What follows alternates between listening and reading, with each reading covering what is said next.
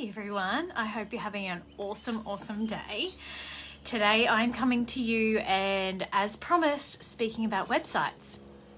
Now, the reason why I am pivoting this week and talking about websites is because I'm being asked about them a lot. And so for me, that's a big sign that if there's half a dozen people asking about it, there's probably at least another 100 or so who are sitting there wondering about it at the same time. So as you come on, just say hi, hit the like button. If you're watching on the replay, please pop in #replay so I can come back in and answer any questions that you might have. So today, websites. Who needs a website? Put an emoji in if you need a website and put in the word that best describes what makes you feel. How does it make you feel when I talk about the word website? Because I have to say, I have created websites on many platforms. I have created them myself. I've outsourced them. I've done a joint venture of somebody helping me create a bit of structure and then I do it. There's actually a lot. I've probably put together a lot more websites than what I give myself credit for.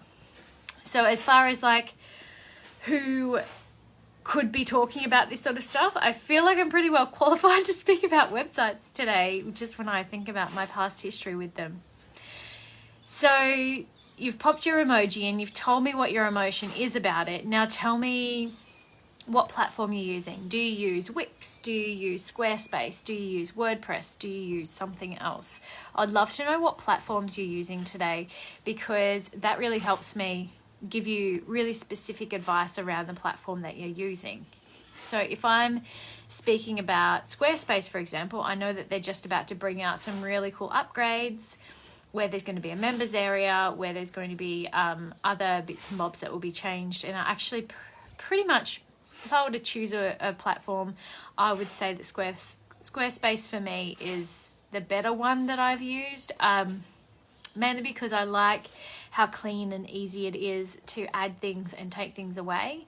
But then I have to say I've been using WordPress for my naturopathy website for a long time, and I really like how complex you can get within that.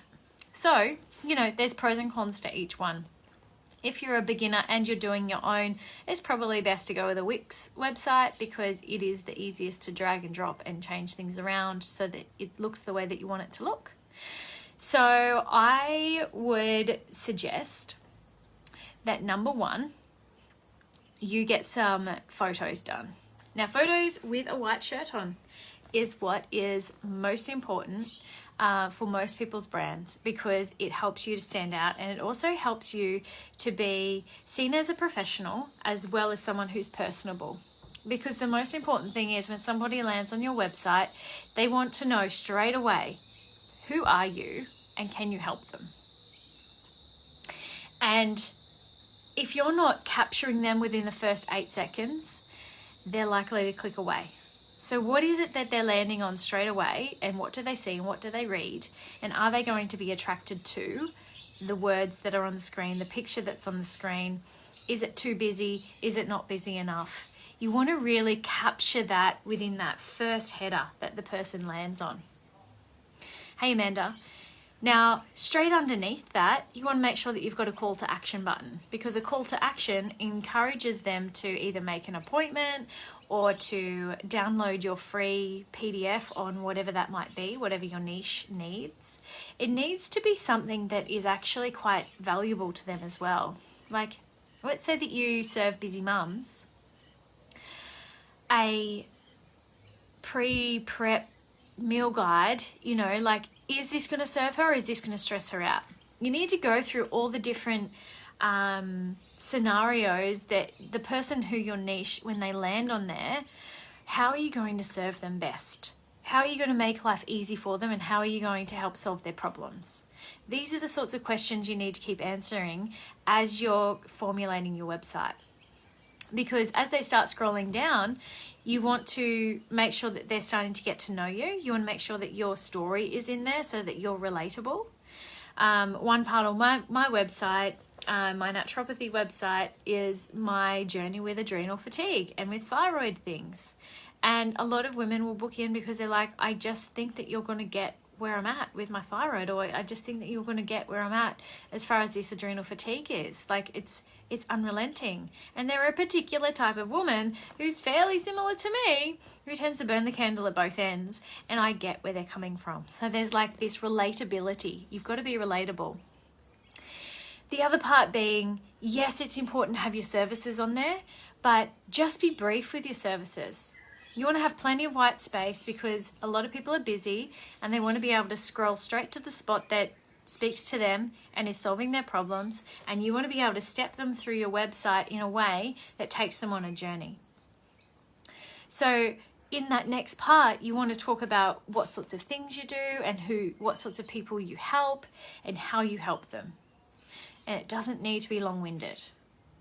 Now, where you can take them from there might be a blog post that explains more. It might be more in-depth about your program that you've created that's really helping these women with adrenal fatigue. It might be more in-depth about how you've got a passion for children's health because your child had allergies when they were growing up. It might be something to do with IBS or digestive issues because that's your zone of genius. So whatever that is, you want to make sure that you're taking them from the homepage to a landing page that's more specific about the details around how they can be helped, how their problem can be solved, and why they need to book in with you because you're the one who knows the most and who can help them. So it's a really sort of simple exercise, but you need to take that idea of having a look at it from back here so that you can see all the parts. So whether you're somebody who likes to do things like a mind map or whether you actually need a lot of detail, it really doesn't matter, but you need to have a think about the journey. Like, you're stepping them along a path, and what sort of actions would you like them to take in order to take them to the button that says, I'm gonna book an appointment with this lady, or I'm gonna book an appointment with this practitioner because they sound like the one for me. So at each step of the way, I want you to keep answering that question. Is this solving their problem?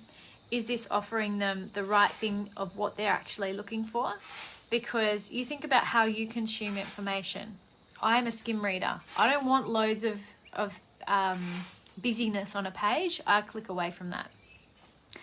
I'm actually more likely to listen to someone who's explaining their services as a video. Have you considered that? Have you considered uploading your About Me section into a YouTube video and just uploading that?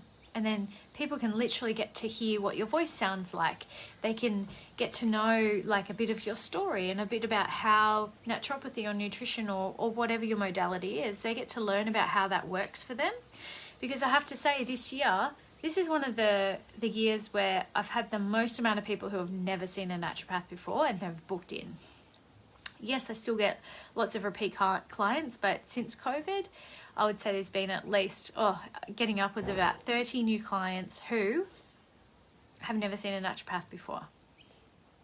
And so I've got to go through that spiel with every single one of them. So how good would it be, and this is just a thought that's run through my head, how good would it be to have in my confirmation email that goes out, okay, they've booked the appointment, now what happens? So you've got to think about, like, what's the process involved with them booking in, with them then having a series of messages or reminders or confirmations afterwards, and what are you going to put into that confirmation that's going to make them feel welcome, that's going to make them feel confident, and that's going to give them every piece of advice that they need within that setting so that they can walk in and feel ready for the consultation. Because the people who came in, who maybe I hadn't realised that they were new to naturopathy, I didn't say anything to them about how a naturopath works until they were actually in the clinic room with me. And it would have probably saved the first 10 minutes of the consult-ish to be able to give them that information before they came in so they knew what they were expecting. So how can you frame up those expectations for your clients? How can you explain things in a really, really clear way so that there are no assumptions being made? I would also suggest that you have in there somewhere, and this is like for your future sustainability of your business. My suggestion would be saying something like, how long does it take Because, and this isn't just like, you know, an hour for your initial appointment. This is like, how long does it take, as in like, people want to know how long is it going to take for their skin to heal? Or how long is it going to take for her to stop feeling like she's got PMS every month? Or how long is it going to take for her to stop having diarrhea? You know, you want to find these things out. And so you could give them a really clear indication of, all right, so usually by the time I get to the third appointment, people are feeling so much better. They're 50% better. And I'm just making this up, but you could have a look at your clients and how many times they often see you. And then you can create a package to say, look, I offer a 3 consult package because this is usually how long it takes for someone to have a really good result. So you're framing up an expectation that they realize that it's not a one size fits all method. They're not just going to get a result in that first consult. They will probably, but it's not just about the first consult. I want you to think about the longevity of what is your website framing up for the entirety of your business. What else is it linking to? Do you have podcast episodes that you've been on someone else's website? Can you get a backlink to their website? Do you have you been in the paper? Is there a link to that online? Have you been featured somewhere else? Like, have you written an article for somebody else's blog? Can you have a link back to your website there? There are so many aspects of a website. Like, literally, I could stay here and talk all day about it, but I'm not going to. But I really want you to stop and mind map and have a think about how it's going to fit in with your ideal person who you'd like to see this week or next week, whenever it is, when you're ready to see them. Because you want them to land on your website and take the action that you want them to take. But you also want them to feel safe and have really good expectations of how the journey is going to happen. So I hope this has been really helpful. Thank you so much for joining me, and I will speak with you all soon.